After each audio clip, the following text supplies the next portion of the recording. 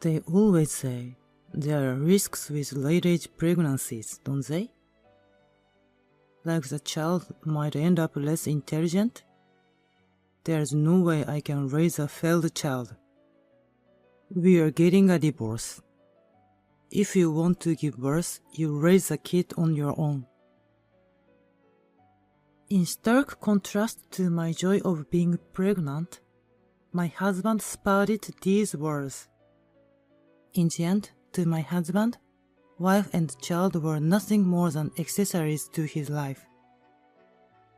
If he deemed there to be a defect in that accessory, he wouldn't hesitate to throw it away.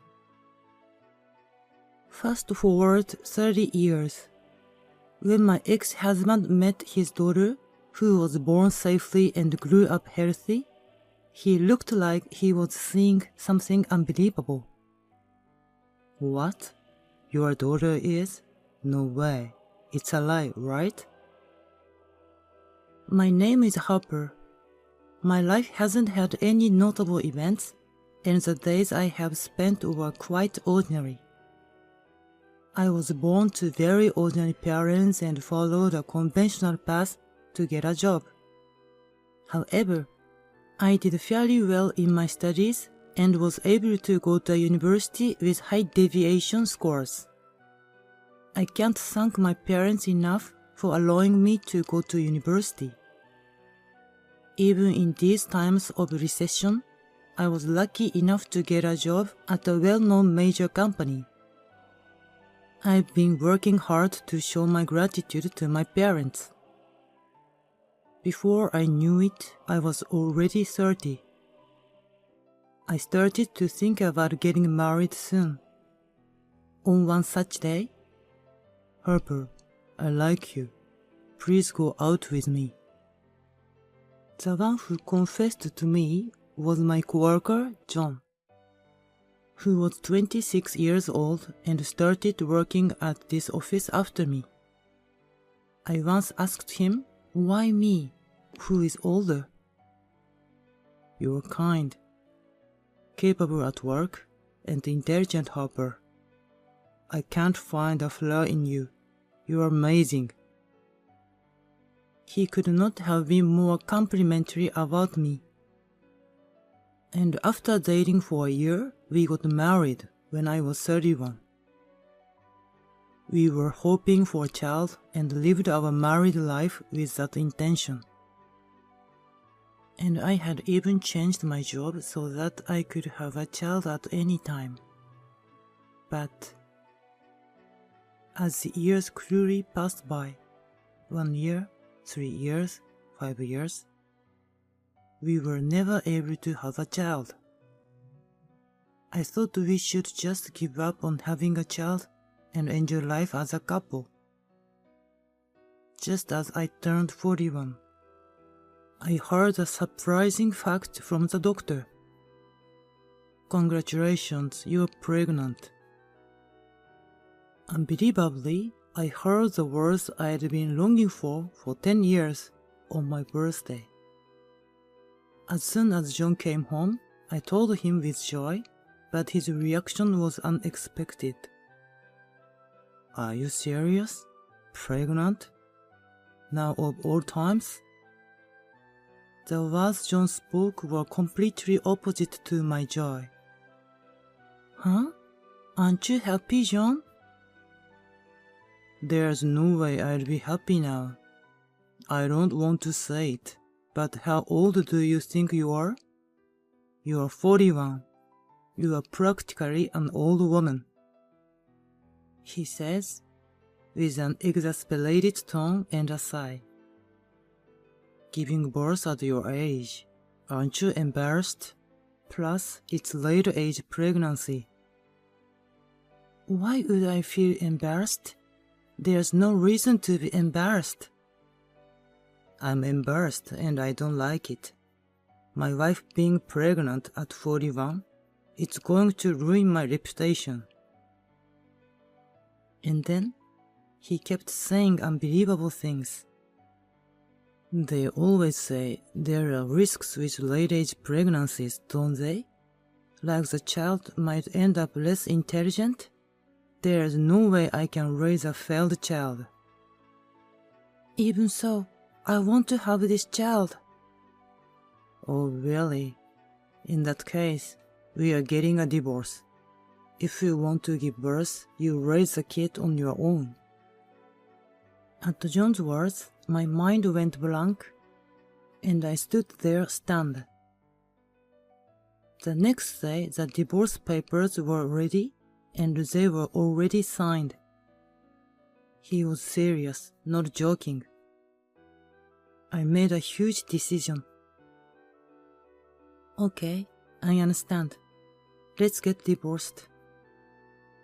I, who desperately wanted to have a child, decided to divorce John. As I filled out the divorce papers, he began to grumble. I'll tell you, because we are getting divorced. The reason I married you was that you were the most educated woman in our workplace. I thought that if I married you, I'd have a smooth sailing married life. But I never thought you'd be this stupid. He had a tendency for educational elitism, wanting to increase his value by marrying someone intelligent. I was shocked to learn my husband's thoughts for the first time after 10 years of marriage. Since you are the one deciding to have the baby, you get the custody. I have no intention of paying child support or seeing the child. I don't want anything to do with you and your failed child for the rest of my life. All right. I didn't expect it to become such a hassle. If I'd known, I wouldn't have married you. It would be better for the child not to know about such a despicable father from the beginning. I don't even want to take his dirty money, and I even felt gratitude for John's statement that he had no intention of seeing the child. I decided to happily accept all of his proposals. After the divorce, I returned to my parents' home and managed to give birth safely with the help of my parents and others around me. My beautiful daughter had such beautiful eyes that I named her Iris. I was a little worried about the risks of late-age childbirth that John mentioned, but Iris grew up healthy and without any problems. She's strong and excels in sports. Her intellect surpasses even mine. The most wonderful thing is her kind heart, capable of considering others. She's a daughter too good for me, to the point I want to boast about her. To me, who's living a peaceful life with Iris, I feel truly fortunate to have been able to part ways with John. Before I knew it, I had completely forgotten about him and was living my daily life. After 30 years of divorcing him, one day, could it be Harper? John? We unexpectedly ran into each other at the largest general hospital in the county. I noticed John carrying some items, possibly for a patient visit, while I was clad in a patient's gown. He was surprised to find me at first, but when he recognized me, who was wearing a hospital gown, he laughed sneeringly. Huh? You are hospitalized? I don't know what disease you have, but you are not okay, right? Can a jobless daughter's mother afford the hospital bills? What are you talking about? Well, you gave birth after we divorced, right? It's known that children won't grow up properly if the mother is old. It must be tough if your daughter is still unemployed at 30. Plus, you're hospitalized. Your life's a mess. Immediately upon our reunion, He insulted me and referred to our daughter, Iris, as a sloth. Has he not changed at all over these 30 years? I was astounded to find that not only had he not changed, but he seemed to have gotten worse. I remarried soon after with a young, beautiful woman 20 years my junior. You see, a woman's appearance is more important than her educational background. My son takes after his mother. He's so handsome. People say he's got a future in showbiz. Without waiting for my response, he continued his bragging.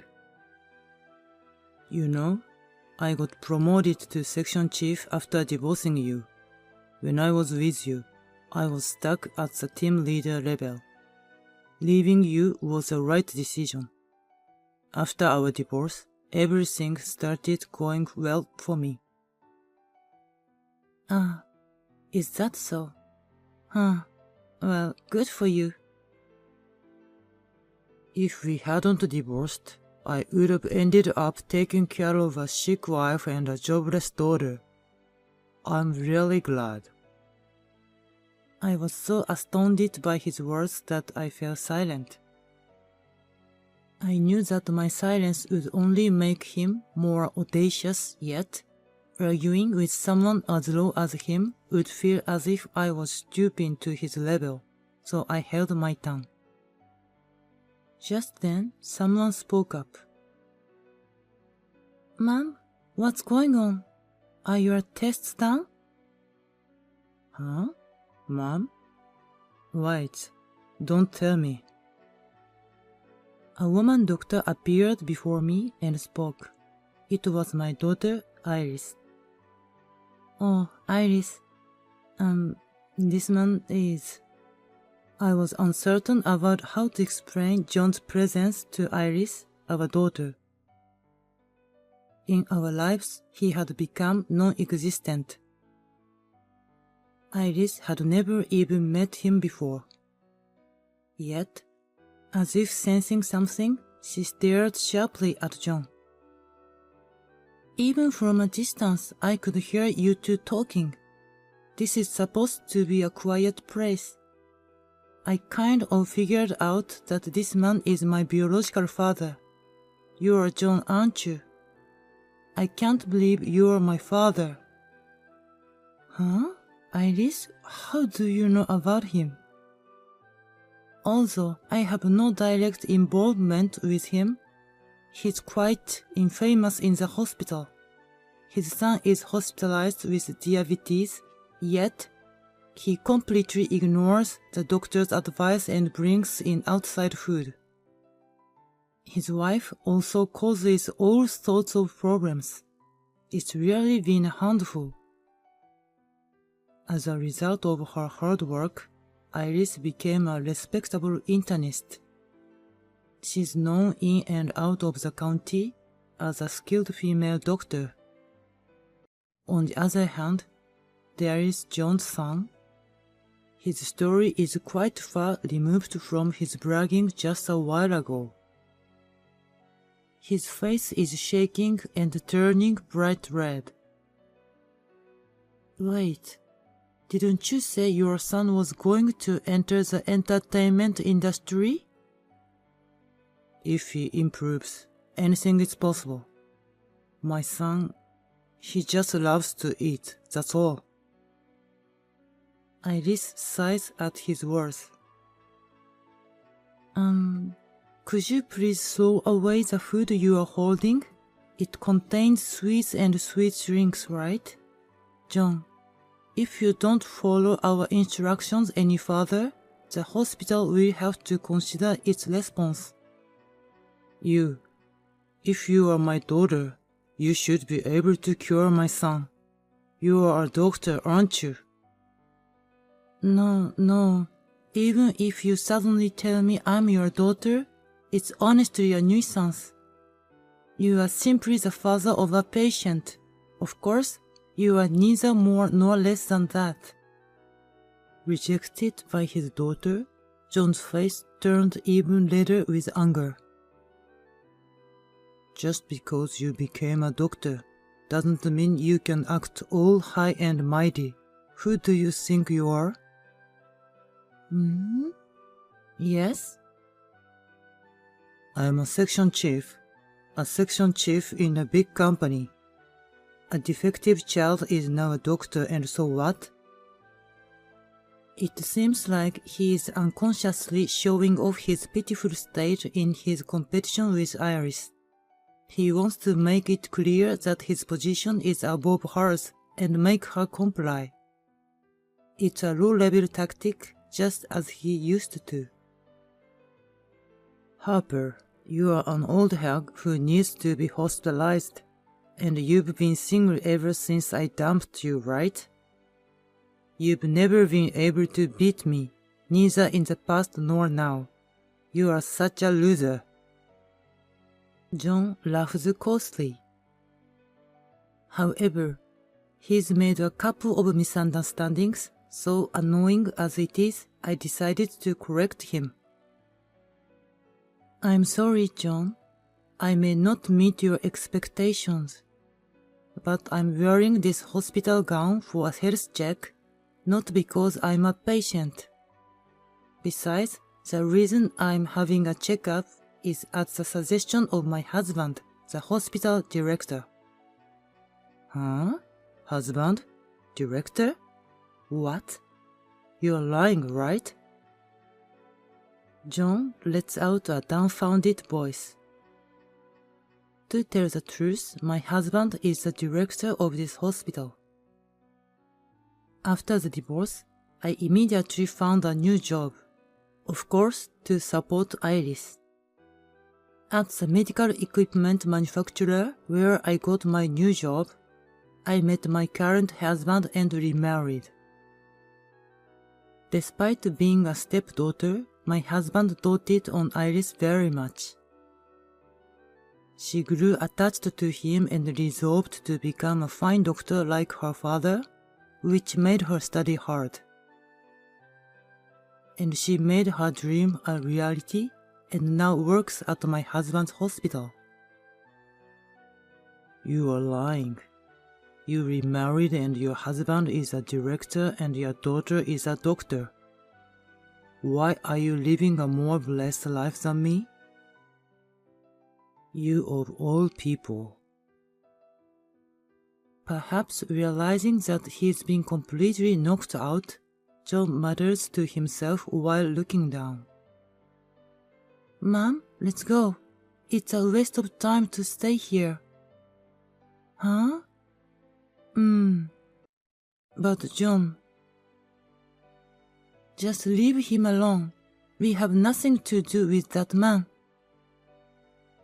He was left alone by his own daughter, unable to move from the spot. Later, an event occurred that added insult to injury. His wife caused a big fuss in the hospital. Doctors told her, "This is beyond the limit, please stop." Apparently, she went on a rampage, resentful of being severely warned about bringing in food and drinks. The nurse who stepped in to stop her ended up injured, and the hospital took the incident seriously and forced his son to leave. In the end, no hospital would take in his son, and it seemed they had no choice but to provide home treatment. Even though he was forced to leave the hospital, John's son didn't change his lifestyle, so his condition worsened. One day, John suddenly came to Iris and seemed to have pleaded, "Please, help me." But she, "Why do I have to help someone I don't know?" "I am your father. You don't know me?" "What are you talking about? My father is the director of that hospital. You've been denying it since before I was born, and even when you reunited with my mother at the hospital. Don't make me laugh. Father? Really, you should be ashamed of yourself. It seemed that Iris completely rejected him. The son's medical bills are draining his savings, and his indulgent wife is not willing to cooperate. His family will fall apart if this continues. The reason why I know so much about this is because John came to negotiate directly with our family and talked non-stop about things I didn't want to hear. But my husband, the hospital director, interrupted John's talk. "Get out now. I'm going to call the police." Upon hearing this, John changed his attitude from the one who had been shouting so far and ran out of the house. By the way, the result of my health checkup was there was no problem. I was worried about my age, but I think it's thanks to my husband, the director, and my excellent daughter. I'm able to live a happy and healthy life every day because of them. Life is unpredictable. I want to make choices so that I don't regret them when the time comes. I think the decision I made that day and the path I chose were the right choices and the best decision for me.